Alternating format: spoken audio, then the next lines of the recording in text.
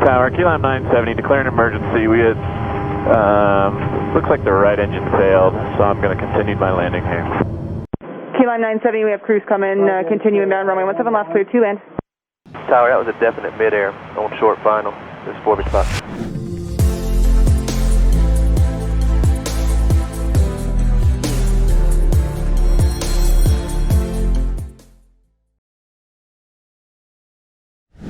What's up, guys, and welcome back to the channel. My name is Lex, and I'm a former military air traffic controller in the Marine Corps. In this video, we're going to be reacting to a collision that happened between a Cirrus and a Metroliner at Centennial Airport in Englewood, Colorado. This incident happened in May of 2021, so let's check it out. Cirrus 6 Delta Juliet, traffic at your 1 to 2 o'clock a mile, about to turn base is a Skyhawk 6800. Looking for traffic, 6 Delta Juliet. Cirrus 6 Delta Juliet, traffic you're following just turned right base. They're heading to the right, 6600 Cessna. Traffic in sight, 6 Delta Juliet. Cirrus 6 Delta Juliet, follow them, runway 17 right, cleared to land. Additional traffic, North Shores, the Metroliner for the parallel. Traffic in sight, clear to land, 17 right, 6 Delta Juliet. Cirrus 6 Delta Juliet, do not overshoot the final. Cirrus 6 Delta Juliet, do you require assistance?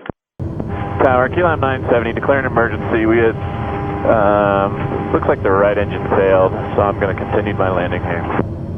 Key Lime 970, we have crews coming, continue inbound runway 17 left, clear 2 land.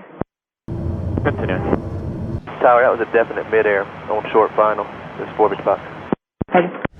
So we're going to put this in perspective by using this illustration to gain a better understanding of what happened.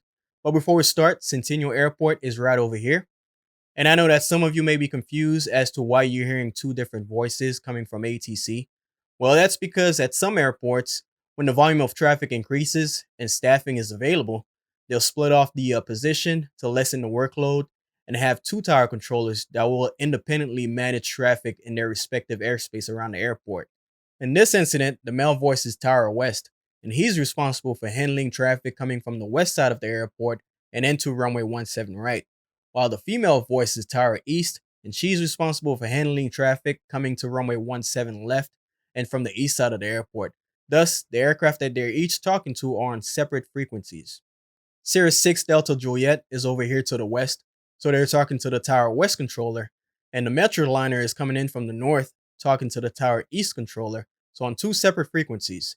As we watch this play out, the Cirrus looks to be in a right downwind for runway 17 right, while the Metroliner is on a straight in for runway 17 left. These two runways are approximately 700 feet apart, so that's why the Tower West controller told the Cirrus about the Metroliner inbound for the other runway, which he reported in sight. It's unclear whether or not the Tower East controller told the Metroliner about the Cirrus, because we don't have the audio, but a common saying amongst air traffic controllers in the military is that traffic for one is traffic for all. So the Metroliner pilot should have been informed about the Cirrus because of their close proximity to one another. That way they can keep an eye out on them and perform any evasive maneuvers if they got too close. But it doesn't sound like they were aware of the Cirrus aircraft. And as you see here, while the Cirrus pilot is turning inbound towards the airport, he overshoots the final for his assigned runway, and he struck the Metroliner somewhere around there. The Cirrus pilot was able to deploy his parachute and crash landed in that same area.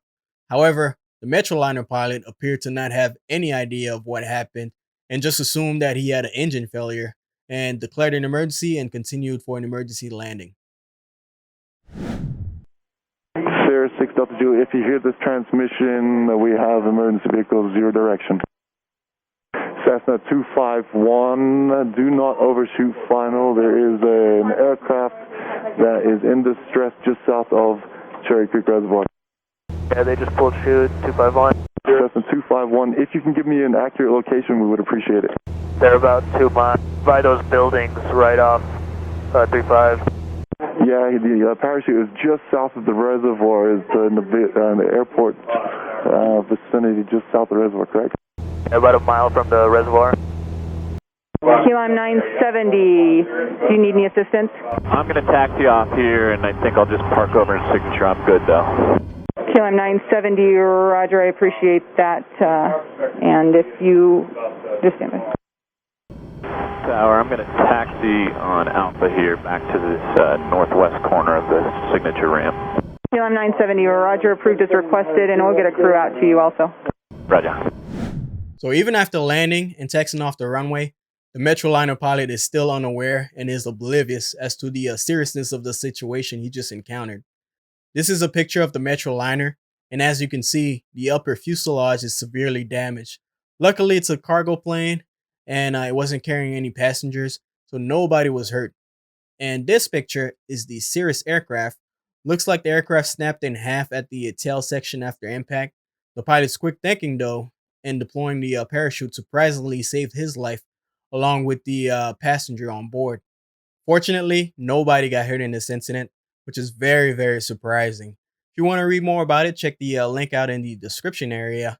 Appreciate you guys for sticking with me till the end of this video. As always, peace.